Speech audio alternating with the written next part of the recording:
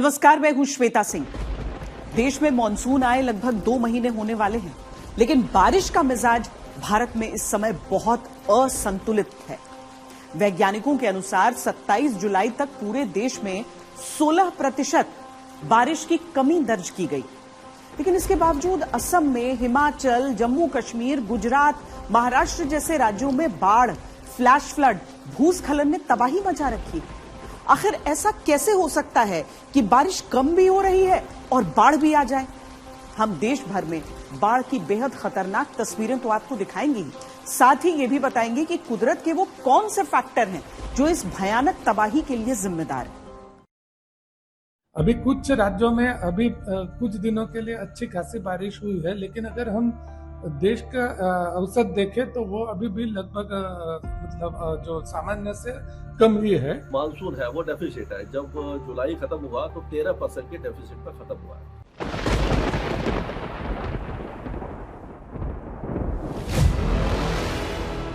सुना आपने मौसम वैज्ञानिक का ये हैरान करने वाला बयान। बारिश इस साल कम हो रही है, देश भर में बारिश कम हो रही है।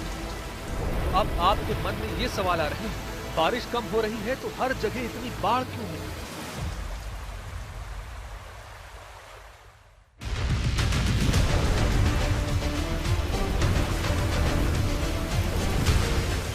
बूंदें कम बरस रही हैं, तो फिर तबाही का ये आलम क्यों है?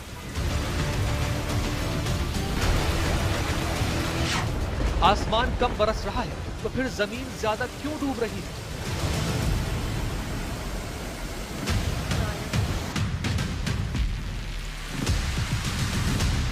बारिश का रिकॉर्ड नहीं टूट रहा तो सैलाब का रिकॉर्ड कैसे टूट रहा है? अगर बारिश कम हो रही है तो नदियां उफान पर क्यों?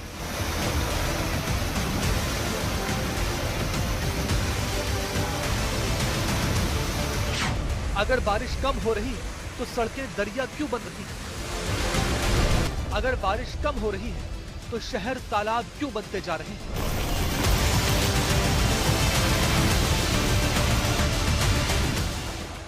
देश भर में 16% कम बारिश हुई तो आधा भारत डूबा क्यों?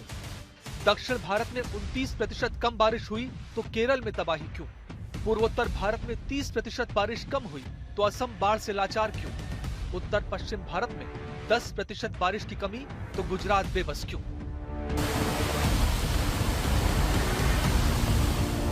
कभी महीनों में होने वाली बारिश अब घंटों में हो रही है। पहले बारिश होती थी, फिर बाढ़ आती थी। अब बारिश शुरू होते ही शहर डूब जाते हैं। कम बारिश, ज्यादा तबाही। क्या ये क्लाइमेट चेंज का असर है या हमारे शहरों और नदियों के साथ हुई छेड़छाड़ का नतीजा?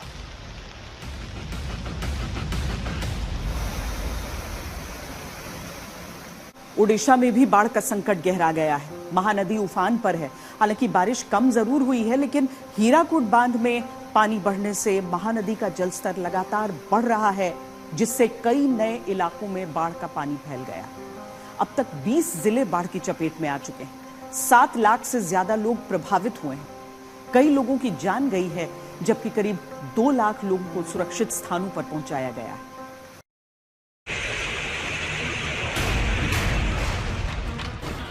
भयंकर बारिश के कारण ओडिशा में हालात चिंताजनक बने हुए हैं। महानदी का बढ़ता जलस्तर निचले इलाकों में लोगों के जीवन की मुश्किलें बढ़ा रहा है। करीब 20 जिले ऐसे हैं जो बाढ़ के हालात से जूझ रहे हैं। कई पुल और सड़कें पानी में समा चुके हैं। कई गांवों का संपर्क पूरी तरह से टूट चुका है। नोआपाड़ा में टिखाली बांध से ये पानी छोड़ा गया है। प्रशासन पूरी सतर्कता बरत रहा है। साथ ही निचले इलाके में रहने वाले लोगों को और लाखों लोग बुरी तरह प्रभावित हैं। इस बीच ढेंकानाल से आई इस तस्वीर ने सबको चौंका दिया। जेसीबी मशीन मार्थापुर गांव से ओधाना गांव की ओर जा रही थी।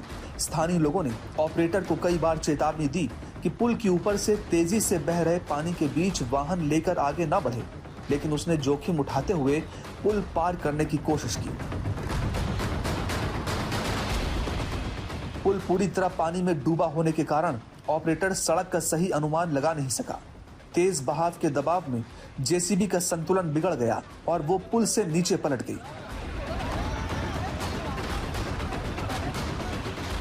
स्थिति की गंभीरता को भांपते हुए ऑपरेटर तुरंत केबिन से बाहर निकल आया और धीरे धीरे पानी में समा रही मशीन के ऊपर चढ़कर अपनी जान बचाने की कोशिश करने लगा। ऑपरेटर की तो जान बच गई, लेकिन जेसीबी मशीन तेज बहाव के कारण नदी में समा गई।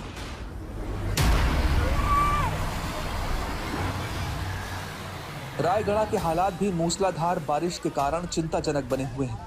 ऐसे में नागावली नदी में अचानक जलस्तर बढ़ने से बीच धारा में एक ट्रैक्टर फंस गया, जिसमें सवार चालक और उसके साथ मौजूद एक नाबालिग की जान पर बन आई। दोनों काफी देर तक ट्रैक्टर के ऊपर बैठे रहे और मदद का इंतजार करते रहे। बाद में स्थानीय मदद मिलने पर दोनों की जान बचाई जा सकी।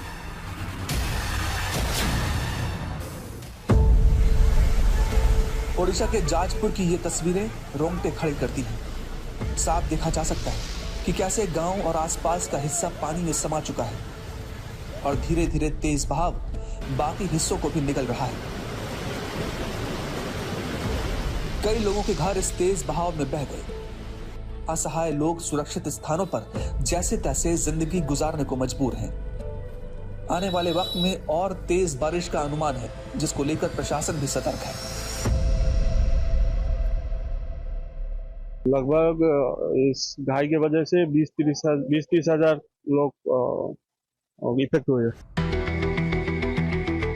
जाजपुर से ही एक और तस्वीर आई, जिसने ये साबित कर दिया कि हौसले मजबूत हों तो इरादे टलते नहीं। गांव जलमग्न है, सड़क संपर्क पूरी तरह टूट चुका है। ऐसे में एक दूल्हा अपनी बारात के साथ बाढ़ के पानी को चीरते हुए मोटर चलित देसी नाव में दुल्हन के गांव पहुंचा और एक सामान्य शादी को असाधारण सफर में बदल दिया।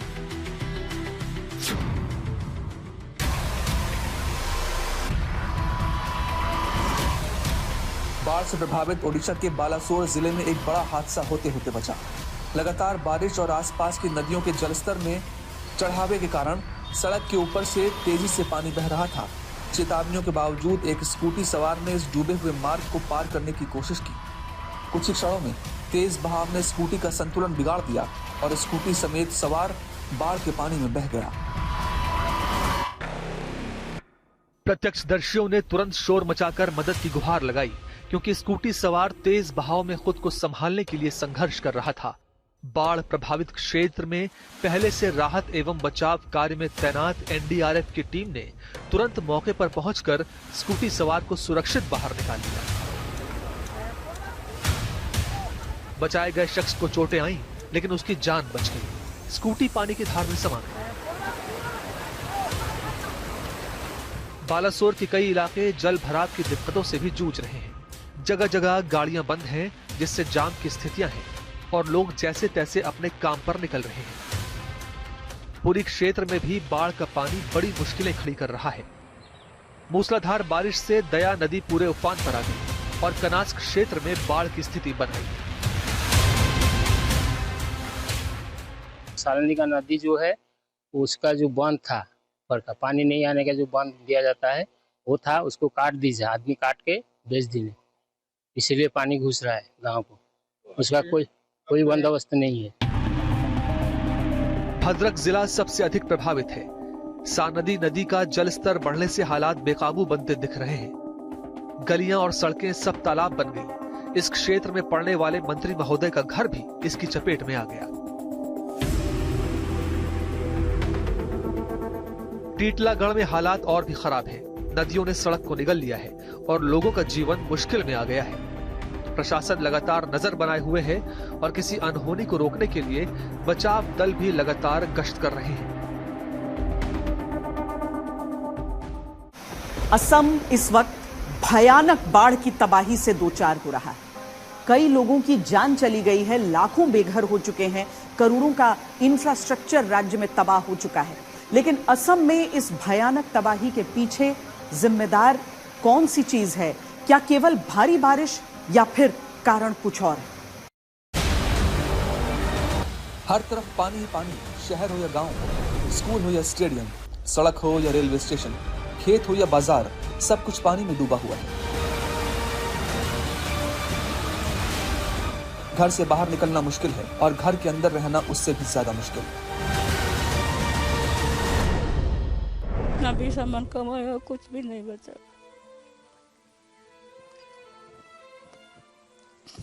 कुछ भी नहीं बचा है भैया लोग।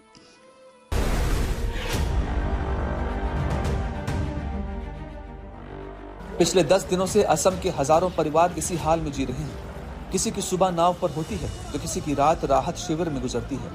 पीने का पानी मुश्किल से मिल रहा है, खाने का कोई भरोसा नहीं है, बिजली गायब है और हर दिन एक नई चुनौती है।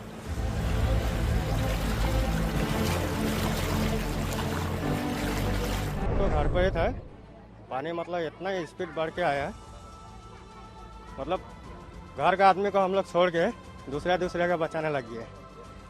घर का आदमी पानी में इतना पानी में उन लोग खड़ा था, हम लोग नाव लेके दूसरे के बचा रहा था, फिर भी हम लोग सोचा नहीं कि घर पर इतना पानी हो गया है। नहीं देखा है, कभी नहीं देखा है, ये फर्स्ट टाइम ऐसा पानी हुआ है।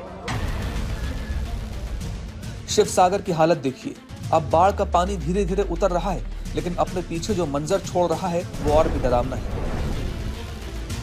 जहां कल तक पानी था वहां आज कीचड़ है, दलदल है,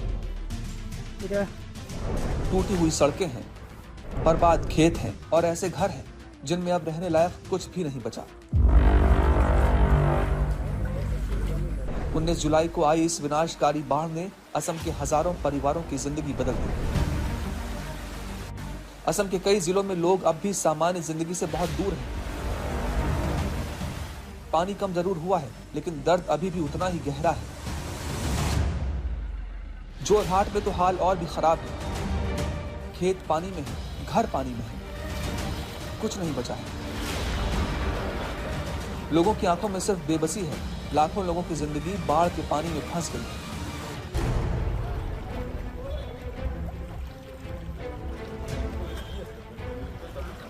तो मोहल्ले हम लोग में ऐसे लड़का बच्चा को निकलते मैंने पूरा पानी हो गया एकदम। तो गरू गाय छगली बच्चा लोग मैंने निकलने नहीं सका, सब चला गया। खाली हम लोग आदमी लोग के बच्चा मैंने सब चला गया। घर के जितना सामान रहा सब खत्म हो गया।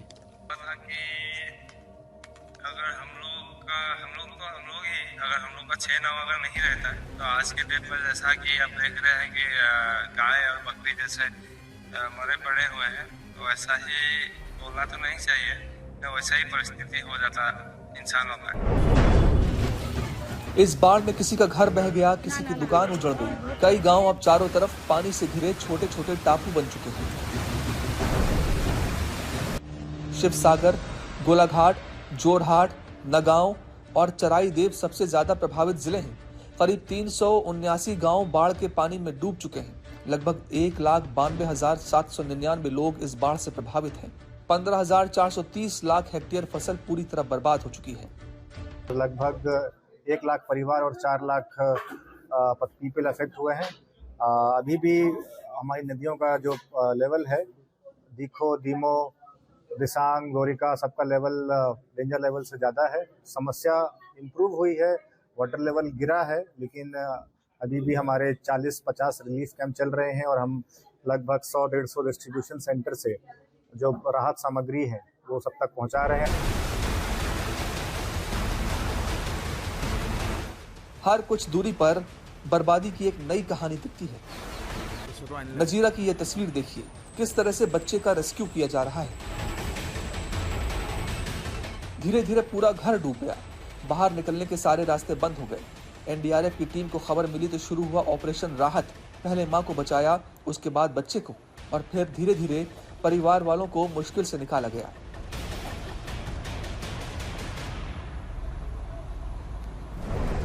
लोगों को सुरक्षित निकालना सबसे बड़ी चुनौती बन गया है। असम के कई गांवों में अब नाव ही लोगों का सहारा है। एनडीआरएफ, सेना और कोस्ट गार्ड की टीमें लगातार राहत और बचाव में जुटी हैं, लेकिन बाढ़ इतनी बड़ी है कि हर जरूरतमंद तक पहुंचना आसान नहीं है।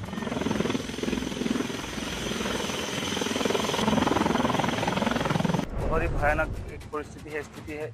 लोगों का खाने के लिए तरस रहे लोग, तो इसीलिए हम लोग जितना हो सके लोगों के साथ, हम खुद भी और जो एनजीओ लोग आ रहा है समाज के जो मदद करने के लिए, लोगों को बसाने के लिए जो लोग आ रहे हैं, कुछ खाने को लिए दे रहे हैं, ये सब जुटा के हम लोग लोगों के पास में आ रहे हैं, सबको मदद कर रहे हैं।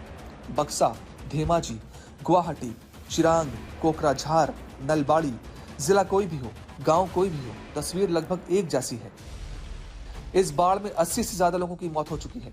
19 जुलाई को इस तरह से ब्रह्मपुत्र का जलस्तर बढ़ा कि लोगों को बचने का वक्त तक नहीं मिला। 24 घंटे में घरों का नजारा बदल गया। लोग अपना सब कुछ छोड़कर सुरक्षित जगहों पर चले गए। लेकिन सबसे बड़ा सवाल ये है कि आखिर इस बार असम में बाढ़ इतनी भयानक क्यों हुई? एक एक करके वजहों का विश्लेषण करते हैं। वजह नंबर 1, रिकॉर्ड तोड़ बारिश। 18-19 जुलाई को नागालैंड के वोखा, मोकोंगचुंग, मोन और असम के चराई देव में सामान्य से कई गुना अधिक बारिश हुई।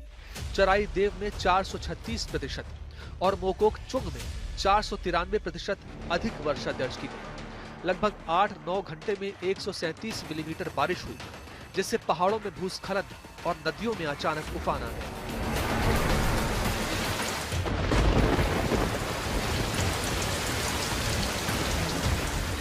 नागालैंड से आने वाली नदियों का पानी पहले से उफन रही ब्रह्मपुत्र में समा नहीं पाया। ब्रह्मपुत्र पहले ही खतरे के निशान से ऊपर बह रही थी। नतीजतन डिखो, दिसांग और धानसिरी जैसी सहायक नदियों का पानी उल्टा फैलने लगा। इसे बैक वाटर इफेक्ट कहा जाता है, जिसमें मुख्य नदी का ऊंचा जल स्तर सहायक नदियों के बहाव को रोक देता है और बाढ़ फैल जाती है। वजह नंबर 3, नदी की घाटियों में खुदाई और खनन। गुवाहाटी विश्वविद्यालय के विशेषज्ञों ने सैटेलाइट तस्वीरों में पाया कि नदी की घाटियों के किनारे बड़े पैमाने पर खुदाई और खनन किया गया। इससे बारिश के दौरान भारी मात्रा में मिट्टी और मलबा नदियों में बहकर पहुंचा। नतीजा, पहले जितनी बारिश में बाढ़ नहीं आती थी, अब उतनी ही बारिश में नदियां उफनने लगी।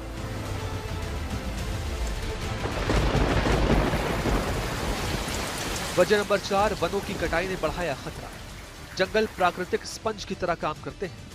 ये बारिश के पानी को कुछ समय तक रोककर उसे जमीन में समाने का मौका देते हैं। इसे इनफिल्ट्रेशन अपॉर्चुनिटी टाइम कहा जाता है। लेकिन जहां जहां जंगल काट दिए गए, वहां पानी तेजी से ढलान से नीचे बहा। इसके साथ भारी मात्रा में मिट्टी भी नदियों में पहुंची। इससे नदी का तल ऊंचा हो गया और गहराई कम होती गई, जिससे बाढ़ का खतरा बढ़ गया। वजह नंबर 5, जलवायु परिवर्तन का असर। विशेषज्ञों के अनुसार क्लाइमेट चेंज ने इस संकट को और गंभीर बना दिया है। अब 50 से 100 मिलीमीटर या उससे अधिक बारिश वाले हाई इंटेंसिटी रेन इवेंट पहले की तुलना में कहीं ज्यादा हो रहे हैं। वैज्ञानिकों का अनुमान है कि आने वाले वर्षों में ऐसी घटनाएं और बढ़ेंगी।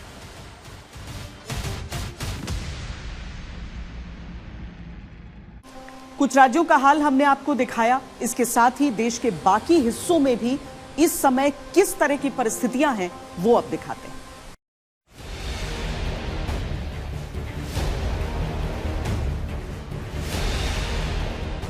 देश के कई हिस्सों में लगातार हो रही बारिश से बाढ़, जल भराव और भूस्खलन जैसी स्थितियां बनी हुई हैं। मौसम विभाग ने कई राज्यों में भारी से बहुत भारी वर्षा की चेतावनी जारी की है। केरलम में बारिश से जनजीवन बुरी तरह प्रभावित हुआ है, जहां राहत शिविरों में हजारों लोगों को सुरक्षित पहुंचाया गया है। गुजरात के कई इलाके अब भी भारी बारिश के बाद उपजी परिस्थितियों से जूझ रहे हैं। जम्मू कश्मीर में कई जगह बारिश से हाल बेहाल है।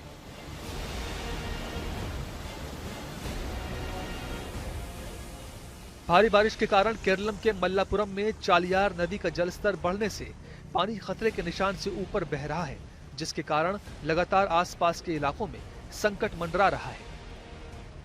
केरलम के ही किन्नूर में पड़ने वाले श्रीकंदपुरम नगर का ये हाल देखिए, जहां तक नजर जाती है बस पानी ही पानी। चौक, चौराहे, गलियां, मकान, दुकान सब पानी की चपेट में है। गाड़ियों को बड़ी सावधानी से भरे हुए पानी के बीच से निकाला जा रहा है। उस पर से मौसम और बारिश का संकेत दे रहा है। इडुक्की क्षेत्र में वन्नापुरम चेलाकोड हाईवे की हालत भूस्खलन के कारण खस्ता हो गई। इडुक्की में लगातार बारिश से न सिर्फ ग्रामीण बल्कि शहर के अंदर भी हालात सामान्य नहीं रहे हैं। थोडुपुझा क्षेत्र की ये तस्वीरें भारी बारिश के कारण होने वाली दिक्कतों की एक बानगी है। पथनमथिट्टा का हाल बेहाल है। दूर तक बस पानी का साम्राज्य नजर आ रहा है। दुकानों और घरों को भारी नुकसान पहुंचा है। राजौरी इलाके में नदियों का जलस्तर बढ़ने के बाद चिंताजनक हालात है। पानी का सैलाब समंदर की तरह रिहायशी इलाकों के बीच ऐसे बह रहा है जैसे जो रास्ते में आएगा उसे साथ बहा ले जाएगा। कटरा रियासी हाईवे पर भारी बारिश के कारण अचानक से पहाड़ी ढह गई और पूरा रास्ता बंद हो गया, लेकिन लैंडस्लाइड की जो तस्वीरें हैं वो रोंगटे खड़ी कर देने वाली हैं। त्रास के पास मीनामर्ग इलाके में एक गाड़ी पानी की धार के बीच में आकर फंस गई। पुलिस प्रशासन ने मिलकर बड़ी मुश्किल से कार को पानी से बाहर निकाला। सोनमर्ग के सरबल क्षेत्र में भी अचानक ऊंचे स्थानों से तेजी से नीचे आता पानी किसी भी समय बड़े हादसे की शक्ल ले सकता है। करगिल के चिकतन इलाके में कई घर पानी के तेज बहते सैलाब के सामने तिनके की तरह फंसे हुए हैं। सफपोरा में बादल फटने से अचानक हालात बेकाबू हो गए।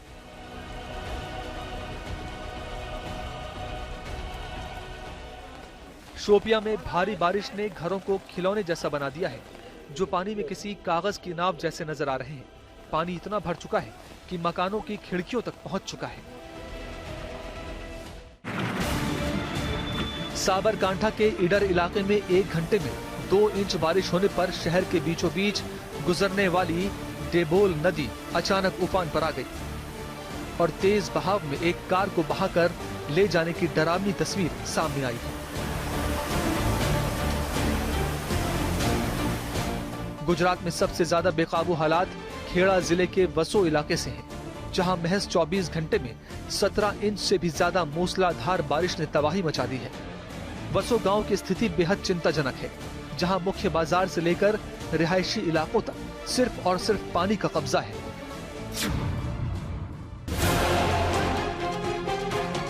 गांव का मुख्य बाजार, काछियापोल, इंदिरा नगरी और खाली कुई क्षेत्र पूरी तरह से पानी में डूब चुके हैं। यहां तक कि पंचायत ऑफिस, सरकारी स्कूल भी जलमग्न है।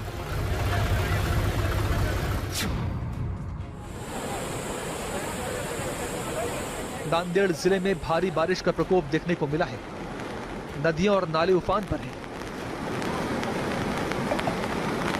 गढ़चिरौली के खेड़े गांव में, जलगांव जिले के अमलनेर में बाढ़ के कारण भालेराव नगर में 1 महीने के बच्चे समेत एक परिवार घर में पानी घुसने के बाद अपनी जान बचाने के लिए संघर्ष कर रहा था। फायर ब्रिगेड और हेल्थ वर्कर्स ने बड़ी कोशिश करके बच्चे और परिवार को सुरक्षित जगह पर पहुंचाया। रेस्क्यू की इन तस्वीरों ने हर किसी को भावुक कर दिया, क्योंकि पूरा शहर बाढ़ की ऐसी चपेट में है कि मकानों की दूसरी मंजिल तक पानी आ चुका है। खेत, खलिहान, मंदिर सब पानी में डूब रहे हैं।